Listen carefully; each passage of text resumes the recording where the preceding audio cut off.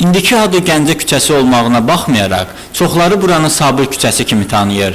Bu küçə özünə məxsusluğu ilə seçilir. Burada şəhərin qədim tikililəri, bir sıra ticarət obyektləri, kafelər, klublar, banklar yerləşir. Amma hər gözəlin bir eybi var məsəli, burada da öz əksini tapıb. Zibilin bura tökülmək halı çox pisdir ki, ətrafda produktov düşənlər var, ərzaq düşənlər. Məsələn, götürən olan orada çörək satılır, burada Türklərin pəstanəsidir. Bu, nə bilim, heç bir dünyada belə deyil. Həm də Sabir küçəsi dədədən, babadan belə götürək, ticarət mərkəzi olub və bura belə heç vaxt zibilli olmuyubdur. Aşağı küçədə bu Həsən Əliyev küçəsində təmir başlayandan orada bir neçə zibil qutuları var idi, onlar götürülüb. İndi o küçənin sakinləri də zibilini gətirib bura tökür. Zibil ücü həmişəkindən daha artıq yığılır.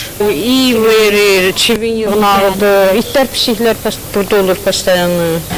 Belə mənada, həm də ki, şəhərimizin gözəlliyinə də gör nə qədər xələl gətirir.